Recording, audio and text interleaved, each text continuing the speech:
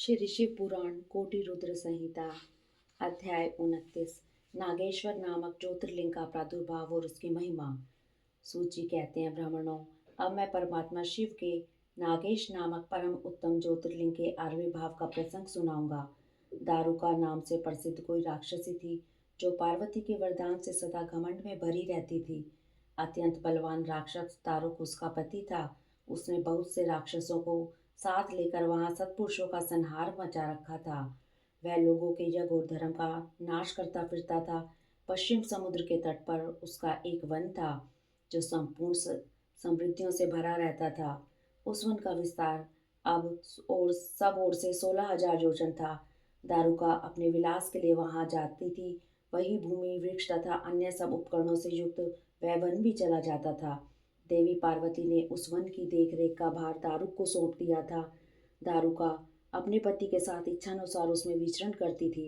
राक्षस दारुक अपनी पत्नी दारुका के साथ वहां रहकर सबको भय देता था। उससे पीड़ित हुई प्रजा ने महर्षि औरव की शरण में जाकर उनको अपना दुख सुनाया और उन्हें शरणागतों की रक्षा के लिए राक्षसों को यह शाप दे दिया था कि ये राक्षस यदि पृथ्वी पर प्राणियों की हिंसा या यज्ञों का विध्वंस करेंगे तो उसी समय अपने प्राणों से हाथ धो बैठेंगे। देवताओं ने जब यह बात सुनी तब उन्होंने दुराचारी राक्षसों पर चढ़ाई कर दी। राक्षस घबराए।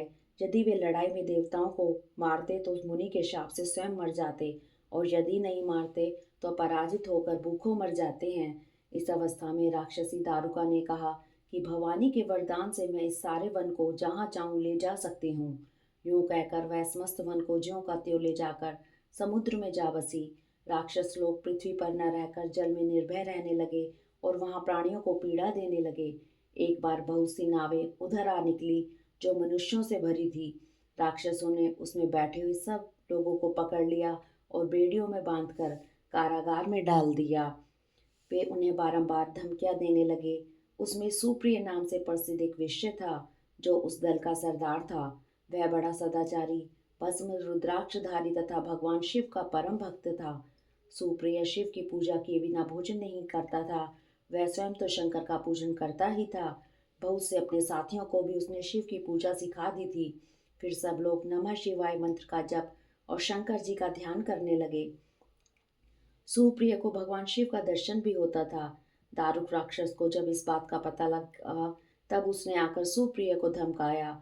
उसके साथी राक्षस सुप्रिय को मारने दौड़े। उन राक्षसों को आया देखकर सुप्रिय के नेत्र भय से कातर हो गए।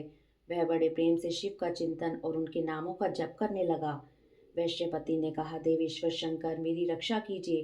कल्याणकारी त्रिलोकीनाथ, दुष्ट हंता भक्त वत्सल शिव, हमें इस दुष्ट से बचाइए। देव, अब आप ही मेरे सर्वस्व हैं। प्रभु, मैं आपका हूँ, आपके अधीन हूँ और आप ही सदा मेरे जीवन एवं प्राण हैं। सुप्रिय के इस प्रकार प्रार्थना करने पर भगवान शंकर एक विवर से निकल पड़े। उसके साथ ही 4 दरवाजों का एक उत्तम मंदिर भी प्रकट हो गया। उसके मध्य भाग में अद्भुत ज्योतिर्मय शिवलिंग प्रकाशित हो रहा था। उसके साथ शिव परिवार के सब लोग विद्यमान थे। सुप्रिय ने उनका दर्शन करके पूजन किया। पूजित होने पर भगवान शंभु ने प्रसन्न हो स्वयं पाशुपत वस्त्र लेकर प्रधान प्रधान राक्षसों, उनके सारे उपकरणों तथा सेवकों को भी तत्काल ही नष्ट कर दिया और उन दुष्ट हंता